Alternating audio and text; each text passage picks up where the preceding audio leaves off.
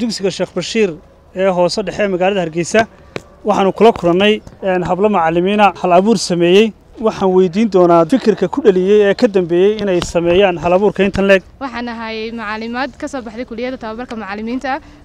ardayda wali qalijbita sugaysa qalijbi ayaan nahay markasta waxaan lagu tababari jiray oo training lagu siin jiray inaanu wixii hore ee jirnay iyo sidii hore wuxuu jiray aanu ka bedelo oo biriga hore theory bay ahayd practical ku soo kordhino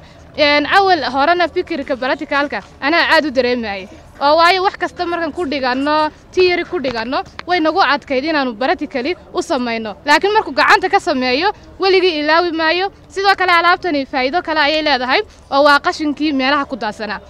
nadiifinta magaaladeena iyo dalkeena Soomaaliland ay aad uga qayb qaadanaysaa waxaad arkaysaan halka miisaankii aanu xisaab baa dhiga tusaale ahaan jabrada marka la dhiganayo ardayga waxaad tusaysaa isleegti maadaama la igu soo tababaray kulliyadda oo si free aan wax kasta 100% ku qaadanaynay inaan maantana anigu iskuul kasta oo dawliya oo baahi macallinimo ka jirto si free u buuxiyo waxaan rabaa inaan fursad ka faa'iideysto oo u mahad celiyo wasiirkeena waxbarashada Jamhuuriyadda Soomaaliland sidoo kale waxaan rabaa inaan u mahad celiyo madaxdii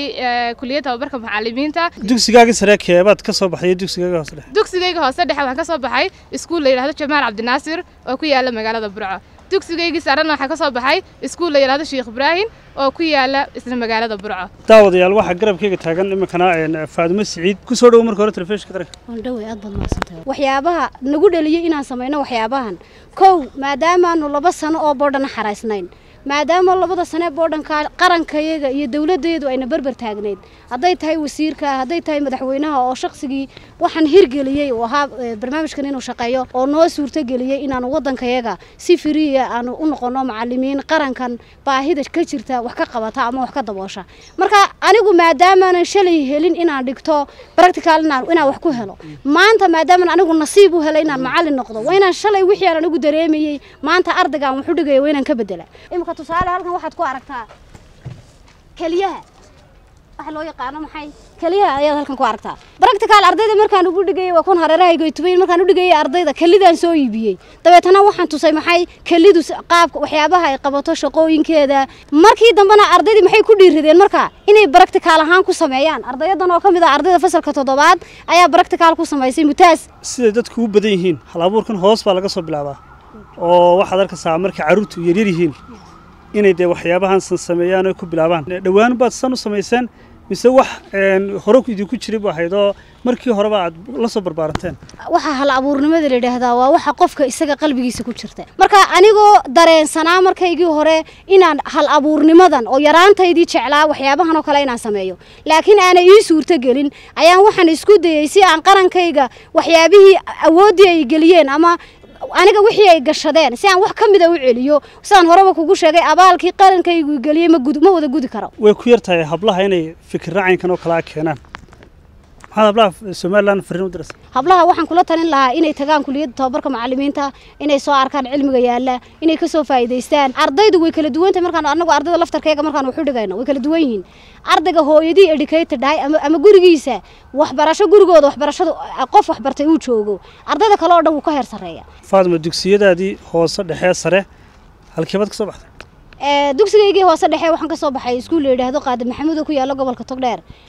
dugsigaygii sarana waxaan ka soo baxay iskuul leedo Ibrahim Jaamac Dhiif haliqin loo yaqaano oo ku yaala isla gobolka Togdheer fariintaada ugu dambaysa maxaa u diraysaa shacabka reer Soomaaliland iyo wasaaradda waxbarashada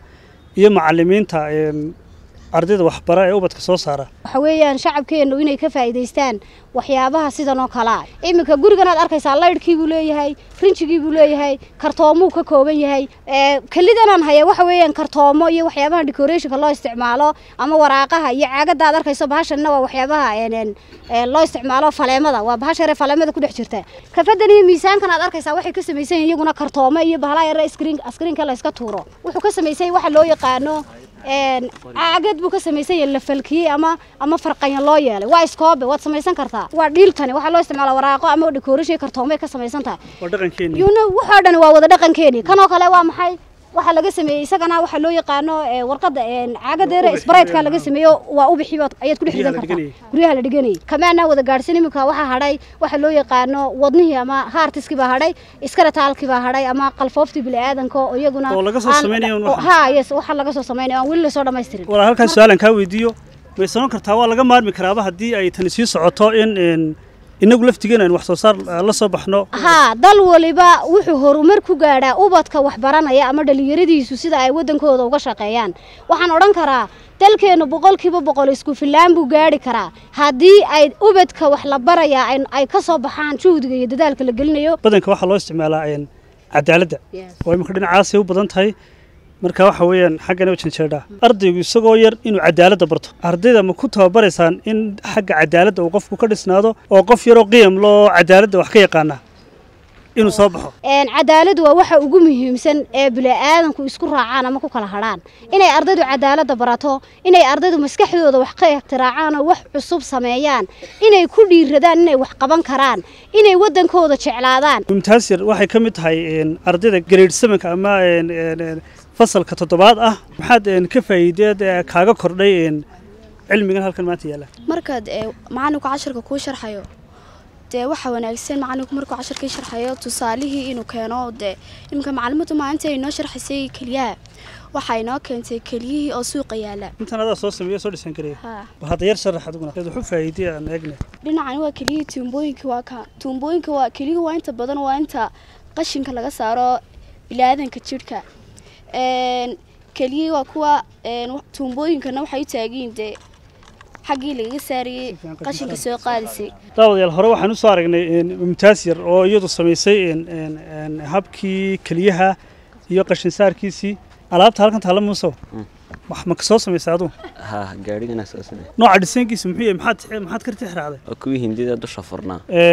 bal qaab xisaabeed iyo cabirka guriga bal hada noo sharax dhinaca dheer waa 9 cm dhinaca dheer xagana waa li xagan waa saaskii guriga si fiican halkiisan dheeri wayna waa 4 xagiisan dhinacana si fiican tiingadiisana waa baalkii 12 tiingada inta leey halka waxaad kala socoteen telefishinka qaranka Jamhuuriyadda Soomaaliland hal abuur ay sameeyeen macallimiin hindisay inay ardayda qaab aqooneed oo practical ay ku baraan haddaan nahay bahda warbaahinta qaranka Jamhuuriyadda Soomaaliland inaan bulshada u soo gudbino ama qof kasto hal abuur la yimid aanu bulshada hor keeno dhiiri gelino mar walba aanu ku dadaalnay inaanu anaguna qaybtan kaga jirno warbaahinta dawladda aanu dadka u soo gudbino qof kasto hal abuur sameeyay waa Marwan Sulub iyo sawir qaade Mawlid Cumar Kibar